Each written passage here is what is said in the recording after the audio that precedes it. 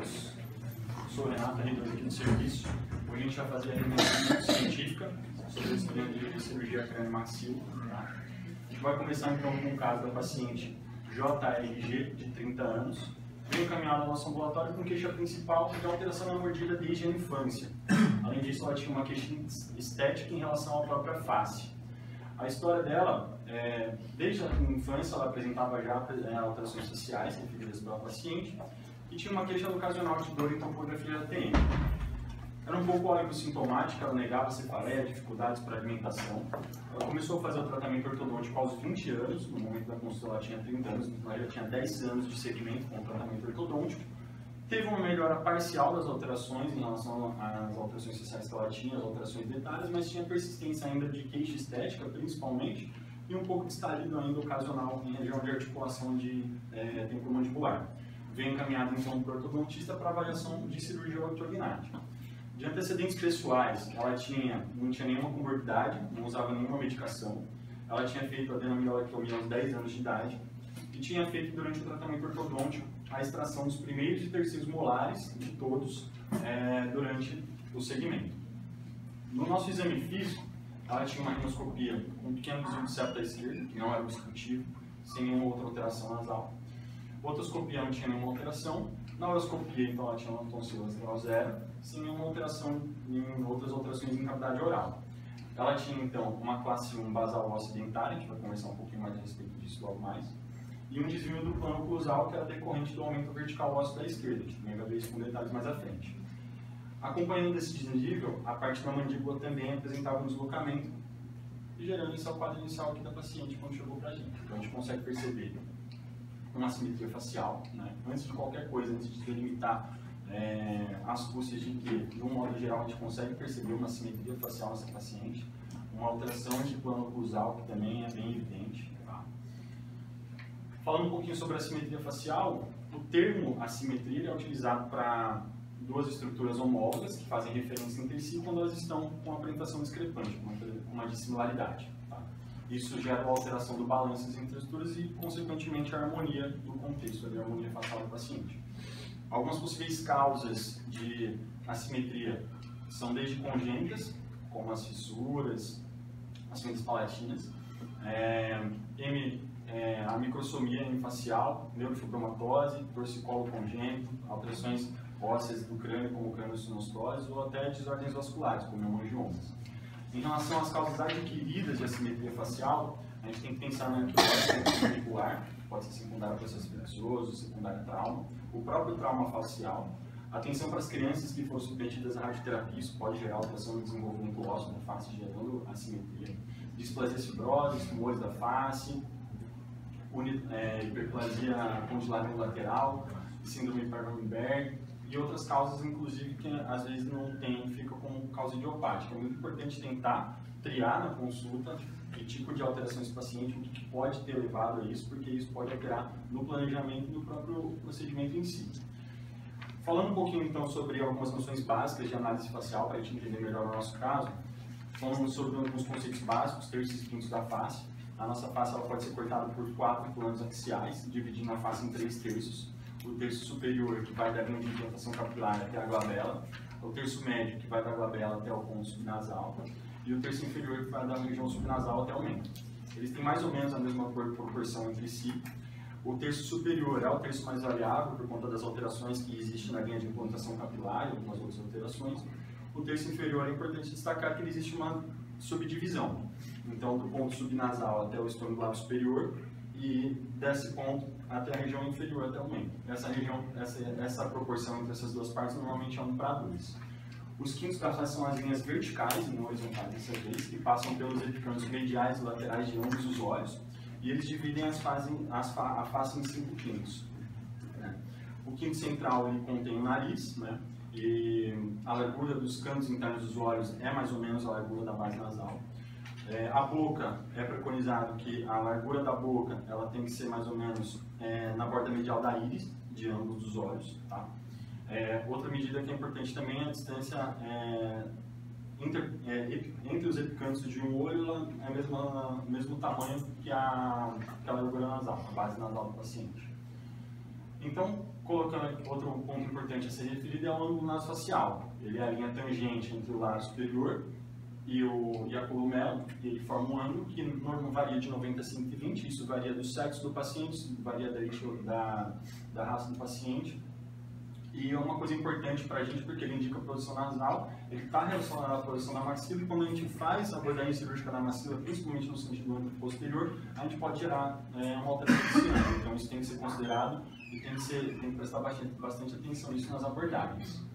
Então, para a nossa paciente, colocando os terços da face, a gente consegue perceber já de cara que ela tem uma assimetria, né?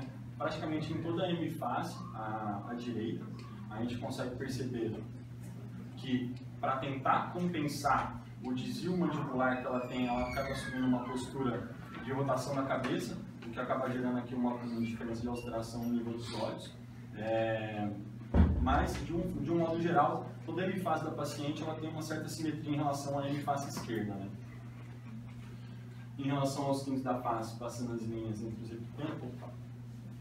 epicantes, a gente consegue perceber que tem uma simetria bastante importante dos lábios.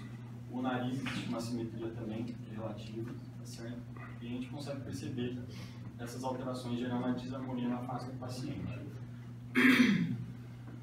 Prosseguindo então na análise facial, uma coisa importante também de se dizer é a linha média dentária, superior e inferior. Normalmente no segmento ortodôntico do paciente pré-operatório, isso já é tentado a correção, tá?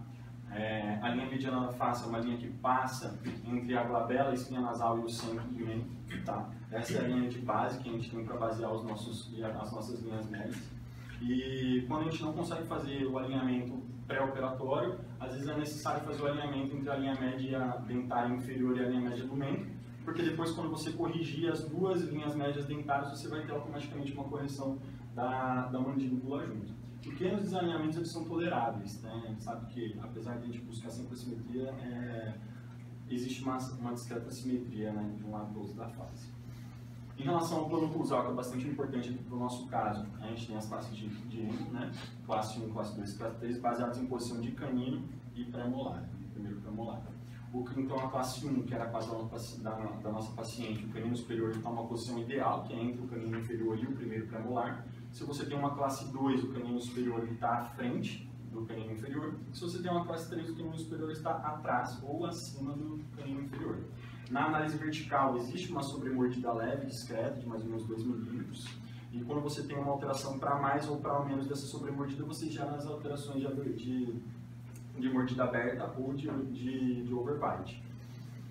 Então, aqui, essa é a análise de oclusão da nossa paciente, tá? É importante ressaltar nesse aspecto que ela fez a excisão dos pré-molares e dos terceiros molares, entretanto ela retirou os 4, então isso mantém a classe de ângulo para a gente consegue ainda classificá-la dentro desse tipo como classe 1. Tá? E o sentido lateral também é importante para a análise da nossa paciente. Tá? As alterações no sentido lateral elas geram assimetria de fácil diagnóstico, como a gente conseguiu ver ali através dos terços e quintos. Fácil determinação do exame físico, com a espátula no próprio exame físico do nosso controle, a gente consegue analisar e ver se existe uma angulação ou não, por exemplo, do plano oclusal. A mensuração e o planejamento das alterações no sentido lateral, elas dependem da teleradiografia frontal, da cefalometria, da tomografia para o planejamento. Normalmente, essas alterações elas dependem de correção maxilomandibular, tá? Baseadas basicamente em extrusão ou extrusão de um dos lados da maxila, a depender de onde está a alteração do paciente. A gente vai discutir um pouco mais essa frente para o nosso caso. A abordagem mandibular, então, acaba permitindo a harmonização e que essa acompanha a maxila quando você terminar a cirurgia e fizer uma oclusão completa. Em alguns casos, é necessária a abordagem conjunta do mento, tá? Isso às vezes é avaliado pré-operatório, às vezes a gente depende de avaliação do intraoperatório para fazer essa decisão. E a investigação criteriosa dos cômbulos para saber se há algum crescimento ósseo ativo é importante também. Então, aqui na nossa paciente, a gente consegue ver, passando a linha mediana, já uma simetria, principalmente em relação ao deslocamento mandibular, né? E a gente consegue perceber também que ela tem um plano oclusal bastante alterado. A teleradiografia, então, é algo que a gente deu prosseguimento para conseguir determinar exatamente quais são as alterações e como que elas vão ser corrigíveis, tá? nada mais é do que uma radiografia, que é a distância da fonte emissora de raios até o objeto que vai ser radiografado, ela permite obter uma imagem de tamanho real, ou seja, de tamanho natural. E o estudo dessa relação, ela basicamente estabelece relações da mandíbula e da maxila em relação à base do crânio, da mandíbula e da maxila entre si, e em relação dos dentes também, como que eles estão inseridos dentro desse contexto da maxila e da mandíbula. Ele permite a confirmação e a quantificação dessas deformidades por planejamento cirúrgico. E por caso da nossa paciente, essa é a telegrafia dela de visão frontal, passando aqui a linha mediana. Para determinação da inclinação do plano oclusal, a gente passa 2 pontos tangentes ao tuber da maxila, 2 pontos nos primeiros premolares superiores, passando então por 2 linhas entre eles. Se você prolongar a linha e juntá-las, a gente vai ter o ângulo da alteração oclusal do paciente, que no nosso caso era mais ou menos 4 graus. Ainda na análise frontal, a gente consegue perceber que pela linha vertical, a gente tem uma alteração discreta, relativamente considerável, até discreta, mas considerável, do ponto mento em relação à linha média. A gente viu que ela tinha uma alteração de mais ou menos 6 milímetros que precisava ser corrigida. Então, a nosso objetivo na cirurgia era a correção do plano oclusal, mas a correção dessa lateralização da mandíbula. O nosso objetivo no final era mais ou menos isso, tentar trazer para ela de volta a simetria da face. No plano sagital agora, no corte sagital, tem algumas coisas que a gente tem que considerar. A primeira delas é a angulação dos dentes, dos incisivos. O ângulo normal formado entre os dentes é de 130 graus. No caso da nossa paciente, ele era um pouco aumentado. Isso é justificado pelo fato de que no tratamento ortodôntico prévio ela fez as extrações dos pré-molares e dos terceiros molares. Então, a arcadia dentária, tanto inferior quanto superior, teve um recuo, causando um aumento desse ângulo. Outro ponto muito importante é saber o posicionamento da maxila em relação à base do crânio. Tá?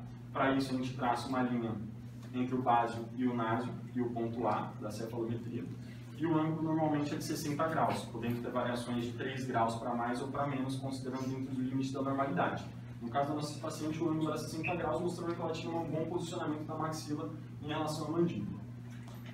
Outro ângulo importante de ser medido para avaliar na análise cefalométrica é o ângulo de Debye. O ângulo de Debye ele é traçado pela linha da base da maxila, que é entre as espinhas nasais anterior e posterior. O ponto gônio e o ponto mento é passado o plano da mandíbula. E esse ângulo formado entre esses dois é o que a gente chama de ângulo basal. Outros pontos importantes aqui são o ponto A e o ponto cogônio, e a gente passa uma linha entre eles. E agora vamos partir para o cálculo desse ângulo. Qual deveria ser o ângulo? Né? Qual deveria ser o ângulo que mostra o posicionamento da mandíbula em relação ao maxila? Num padrão de 20 graus, esse ângulo deveria ser 90 graus. Se esse ângulo fosse 20, o ângulo deveria ser 90 graus. No caso da nossa paciente, esse ângulo era de 32, então a gente vai ter que fazer o cálculo do ângulo Debye. Para fazer o cálculo do ângulo Debye, a gente pega a diferença entre esse ângulo e o padrão, que seria 20. A gente tem uma quantidade de 12. 12 vezes 0,7, 8,4. Isso, somado a 90 graus, então a gente tem que o ângulo para essa paciente deveria ser 98,4. Certo? Para a nossa paciente, então, o ângulo deveria estar aqui. Isso mostra que ela tem um discreto retrognatismo em relação ao que deveria ser. A gente não mexeu nessas alterações na cirurgia, a gente vai ver isso mais para frente, porque ela já tinha feito, como eu disse, aquele recuo dentário. E a gente acabou não mexendo nessa parte por conta disso. Bom, a tomografia ela é um outro exame complementar de bastante importância. Ela consegue mostrar para a gente uma análise tridimensional, consegue que a gente visualize melhor as alterações. Aqui a gente consegue perceber mais uma vez a alteração do plano oclusal, o desvio lateral da mandíbula, gerando a simetria facial da paciente. Então é um exame de bastante importância. E uma coisa interessante de mostrar também é que se a gente passar um ponto no mento e as duas cabeças da mandíbula, a gente vai ter uma simetria importante. Passando a linha sagital, que passa pela espinha nasal, a gente vai perceber que essa paciente tinha um desvio no sentido horizontal importante, isso é o chamado quente, isso aí também teve que ser corrigido na cirurgia.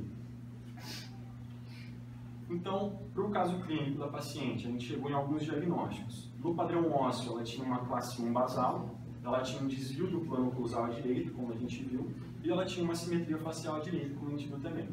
Em relação aos diagnósticos dentários, ela tinha uma classe 1 de imo, com as extrações dos primeiros e dos terceiros molares, e tinha uma birretrusão dentária que foi causada pelo tratamento ortodôntico prévio.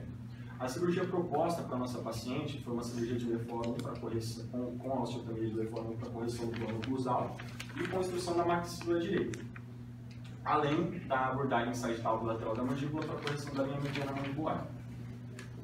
Então, falando sobre cirurgia ortognática, vem do termo grego, orto, correto, e maxilar, e gnatos, maxilar.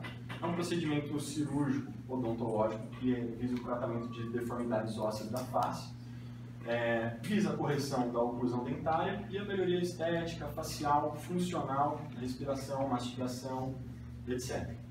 Os dismorfismos maxilomandibulares são bastante prevalentes, eles afetam cerca de 27% da população americana, os dados são americanos.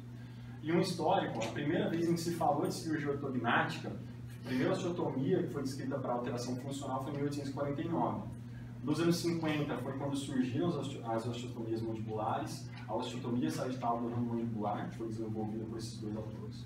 Nos anos 60 e 70, as osteotomias maxilares passaram a ser usadas, e a introdução da técnica de osteotomia total da maxila. E a partir da década de 80 até agora, o processo e as técnicas vêm se refinando cada vez mais. As indicações são basicamente por deformidades da relação maxilo-mandibular, como era o caso da nossa paciente, ou seja, o tratamento ortodôntico isolado ele não foi capaz de trazer para a paciente o resultado estético e funcional que ela pretendia, que a gente pretendia. Síndrome da apneia do sono. Isso tem algumas indicações, principalmente no avanço maxilar para pacientes que têm falha ao tratamento cirúrgico. E na fissura palatina também alguns casos. Diversas abordagens cirúrgicas na infância para pacientes que tiveram fissura palatina podem gerar um crescimento anômalo da face, uma simetria e no futuro a necessidade de uma cirurgia ortognática.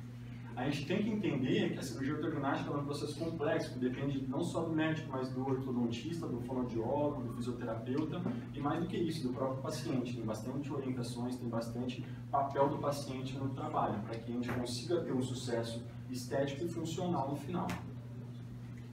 Então, para planejar uma cirurgia ortognática, a gente precisa fazer uma boa análise estética facial, a gente precisa de uma radiografia panorâmica, a gente precisa da cefalometria e da tomografia computadorizada. Esses exames, em conjunto, geram para a gente um diagnóstico preciso para que a gente possa fazer a programação cirúrgica adequada para o paciente. A radiografia panorâmica, a sua função, além da análise cefalométrica, além da análise além da análise do posicionamento dentário, uma coisa importante para ver as raízes dentárias, em que altura estão as raízes dentárias, porque a gente vai ter que planejar uma osteotomia para esse paciente, a posição do nervo alveolar. A tomografia computadorizada, além da visão tridimensional, além da avaliação, a gente consegue também determinar a espessura óssea, também pensando que a gente vai ter que fazer osteotomia nesse paciente, e em partes moles também. Então, a preparação ortodôntica e odontológica para a cirurgia ortognática ela envolve a identificação e o tratamento de doença periodontal quando presente. Então, tratamento de cáries, extrações dentárias, como foi o caso da nossa paciente, quando necessárias. O uso de aparelho ortodôntico ele visa posicionar os dentes para, quando você operar o paciente, você ter uma oclusão completa, você ter uma oclusão satisfatória.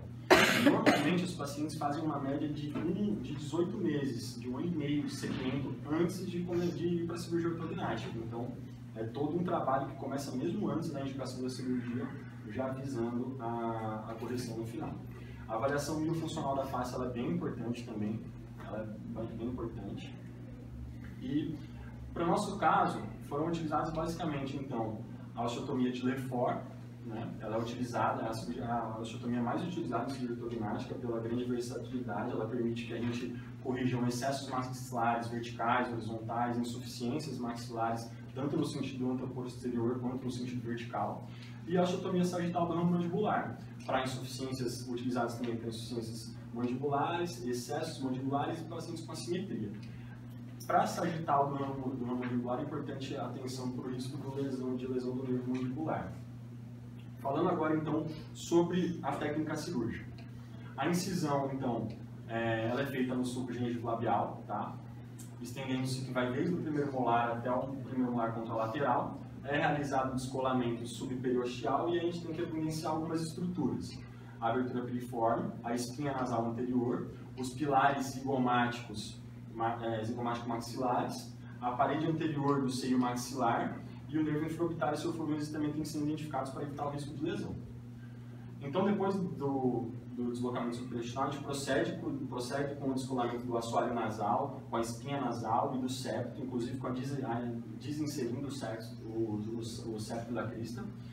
É importante a atenção para manter a integridade da traqueia lacrimal, porque há um risco de complicação dessa cirurgia, e a desinserção do septo espinho, como eu havia dito.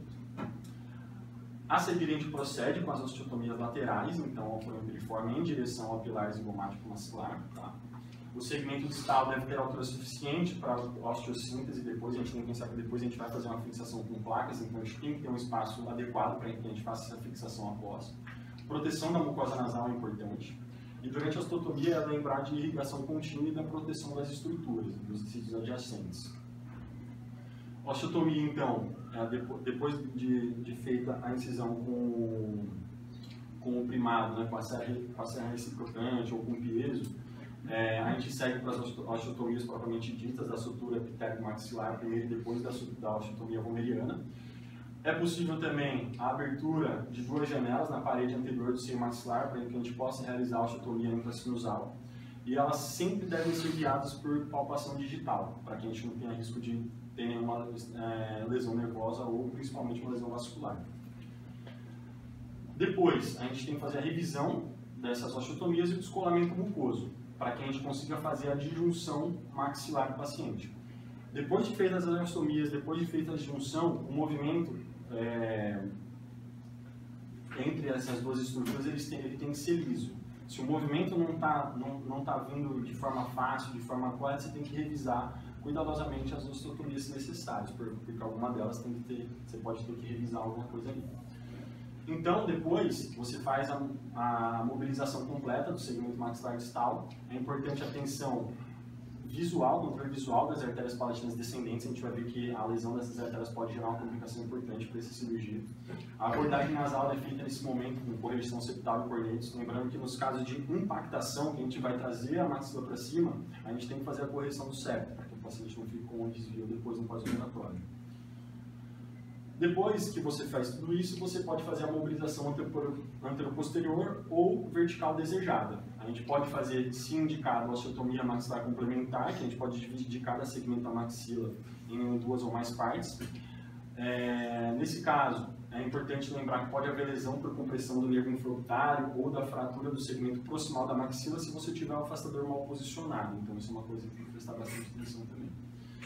Depois, a fixação ela ocorre com placas e parafusos. Gaps de até 5 mm não necessitam de um enxerto ósseos para uma maior estabilidade. Quando necessários, normalmente os enxertos são colocados nos pilares nasais zigomáticos. Essas são algumas imagens do intraoperatório da nossa paciente. Então, a gente consegue ver aqui já a fixação. Agora, pega o boletim. Que aqui, isso aí. Põe a luz.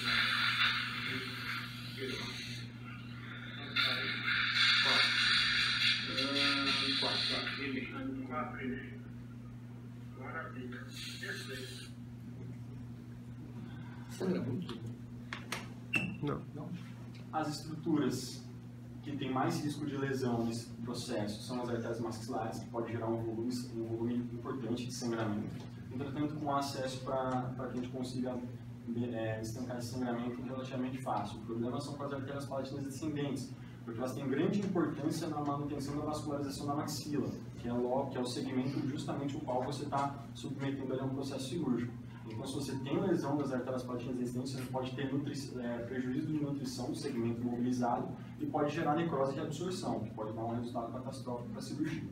O nervo maxilar é uma estrutura também bem importante, podendo gerar parestesia ou desestesia do terço médio da face, incluindo as raízes dentárias, então é uma coisa que tem que prestar bastante atenção. Passando pela osteotomia sagital do ramo mandibular, ela tem algumas vantagens, porque é uma abordagem intraoral, ela tem uma boa zona de contato ósseo, para depois que a gente mobiliza os segmentos, e ela permite uma fixação interna rígida e estável. Do passo a passo, primeiro a gente começa com uma incisão retromolar, que ela se estende desde o corpo da mandíbula até o primeiro molar, o deslocamento subperiosteal com exposição do processo coronoide, deslocamento lateral e medial, descolamento, desculpa, da parte medial e lateral, com exposição do forame mandibular. Osteotomia depois, horizontal monocortical, da face lingual do ramo mandibular. Osteotomia monocortical descendente entre a linha oblíqua e a linha externa. E osteotomia vertical, monocortical da face vestibular do corpo da mandíbula, na altura do primeiro molar. A união, depois que você faz essas linhas, a união das osteotomias ela é feita e é importante ressalvar que nessa parte o direcionamento dos instrumentos eles tem que ser lateral ao trajeto do nervo alveolar inferior. São realizadas as manobras de dilatação e abertura até a completa separação da cortical. Você procede com a osteotomia medular até que você tenha a separação completa entre as duas partes. Uma coisa muito importante é o cuidado na confecção das osteotomias e a adequada dissecção do nervo alveolar, para que você tenha um menor risco de disfunção nervosa decorrente do ato cirúrgico nesse paciente. Aqui são as imagens, evidenciando aqui os dois ramos, com a estrutura que deve ser preservada. O reposicionamento mandibular ele é feito após, essas são imagens do nosso intraoperatório, já com o reposicionamento depois de feitas as osteotomias e a fixação com as placas, para que seja feita a osteossíntese ali. Essas são imagens também do intraoperatório.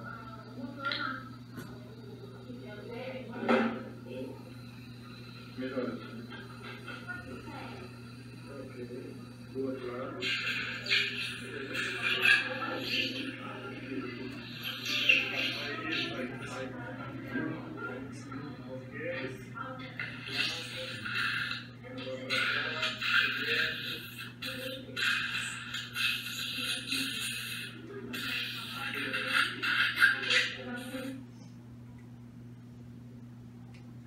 Aqui, quando a gente terminou de fazer as osteotomias e as fixações, a retirada dos elásticos que estão fixando e o resultado final aqui, né, da oclusão da paciente. Tira assim para mostrar os dentes posteriores. Isso. Identifica o seu afastador de baixo, ele puxa ele mais longe. Isso, ali. O seu dedo do lado de cá, tira isso. Aê! Maravilha. Complicações. Complicações intraoperatórias, principalmente, como eu disse, as vasculares e as neurológicas mais frequentes. Lesão do nervo alveolar inferior ela pode ser permanente em 1,3 até 7% dos casos e 32% a alteração é transitória. É importante a dissecção cuidadosa e a experiência do cirurgião para que o índice de complicações intraoperatórias seja o mínimo possível. Em relação às complicações pós-operatórias, a oclusão maxilomandibular insatisfatória é um possível resultado final que a gente não agradável para o cirurgião e para o paciente. As alterações de regeneração óssea, como eu disse, alterações em relação à vascularização, isso pode gerar no final uma mobilidade da maxila ou da mandíbula, decorrente de alterações vasculares nervosas, de abordagens múltiplas e de hábitos parafuncionais, como eu disse, o segmento do paciente no pós-operatório, os hábitos, o segmento das orientações pós-operatórias, o acompanhamento com fonoaudiólogo, tudo isso é muito importante, isso pode gerar um resultado inadequado. Os distúrbios de ATM eles podem ocorrer até 29%, existe uma taxa de 29%, e a reabsorção condilar também dos pacientes também pode acontecer em 30% dos casos. Ainda em relação a complicações menos frequentes, porém podem acontecer obstrução do canal lacrimal, retração cicatricial intraoral, alterações olfatórias, dor pós-operatória, lesão de raiz dentária na osteotomia, doença periodontal, predisposição à sinusite maxilar, alterações psicológicas decorrentes do resultado estético, do próprio processo cirúrgico e recidivas em insatisfação. O segmento pós-operatório desses pacientes é muito importante. Checar na avaliação radiológica imediata, como a gente faz, sempre a tomografia antes e depois checar as osteotomias e osteossíntese se foram bem posicionadas, a avaliação da coluna aérea no pós-operatório também é uma coisa que tem que ser considerada.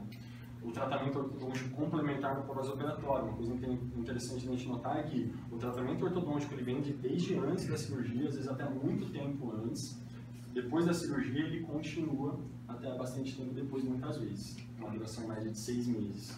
O acompanhamento miofascial, mais uma vez, como eu disse, é bastante importante, principalmente em relação à correção do deslocamento lateral da mandíbula e a harmonização facial da paciente também melhor. Aqui eu ainda tinha um pouco de edema do pós-operatório. Isso.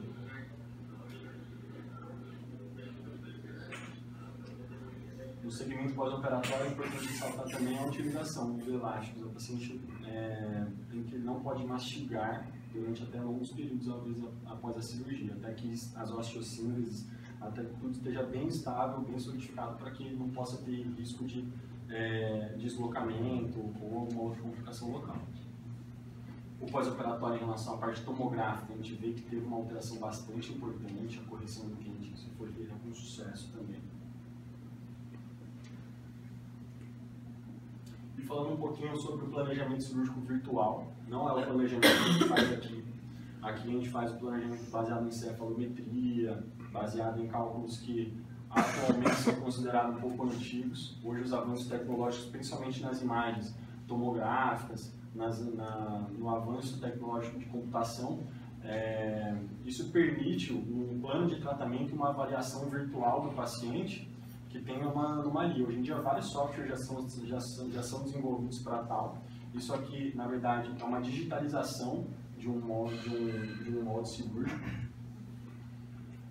E é importante, uma coisa interessante é que a digitalização desses moldes associada às imagens de tomografia hoje em dia permite que a gente faça um planejamento tridimensional e virtual, inclusive permitindo que a gente aplique diversos modelos de cefalometria ao gosto, ao método de cefalometria que o cirurgião ortodontista usa.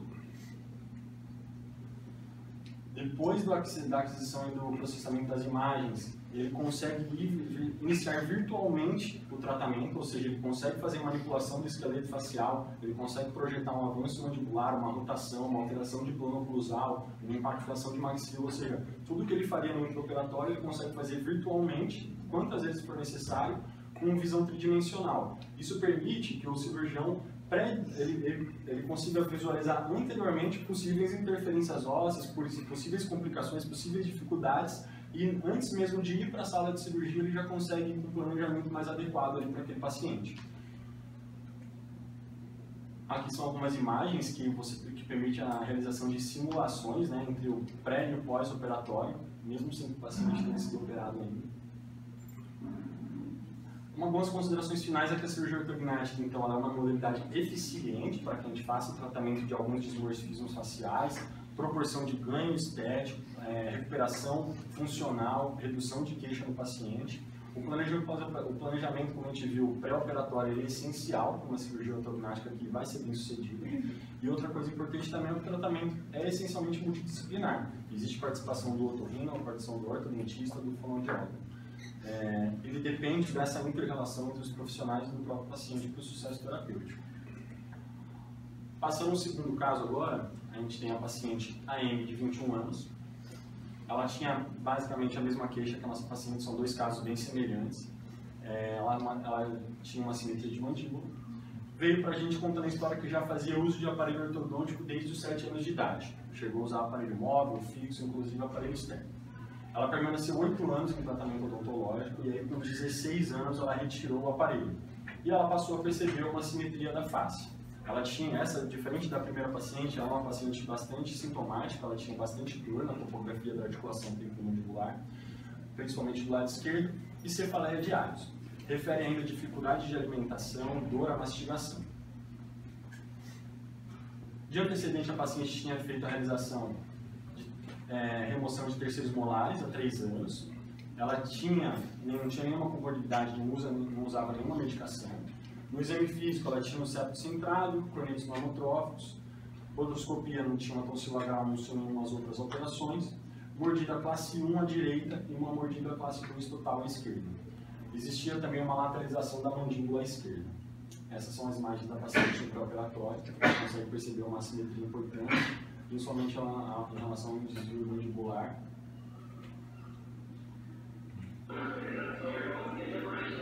Abre a boca devagarzinho. Fecha.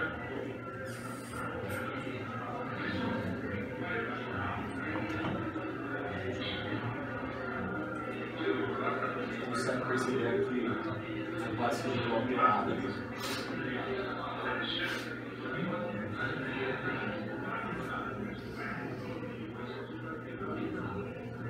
E a cirurgia proposta para essa paciente foi também uma osteotomia do fórum com uma sagital de mandíbula lateral. Para esse caso em específico, foi feita a avaliação no intraoperatório se havia necessidade ou não de uma mentoplastia. Não foi o caso. Aqui são algumas imagens do intraoperatório. Aqui já feita a fixação da maxila. E aqui a correção do plano oclusal depois. E a correção da lateralização da mandíbula.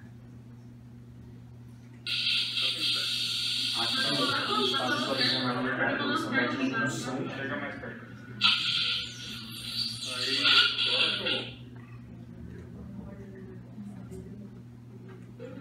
A gente consegue visualizar também a osteotomia sagital.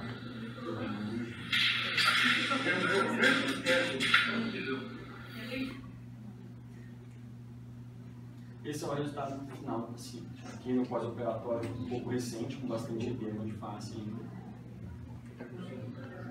Aqui é o resultado reportado. Consegue perceber uma harmonização bem melhor da paciente. Lembrando aqui também com a utilização dos elásticos no pós-operatório. Foi retirado aqui apenas para avaliação.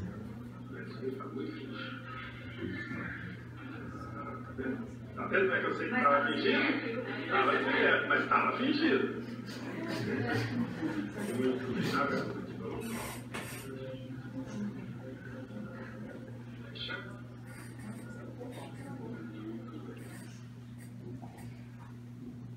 É isso. Esse foi basicamente o tratado e alguns artigos.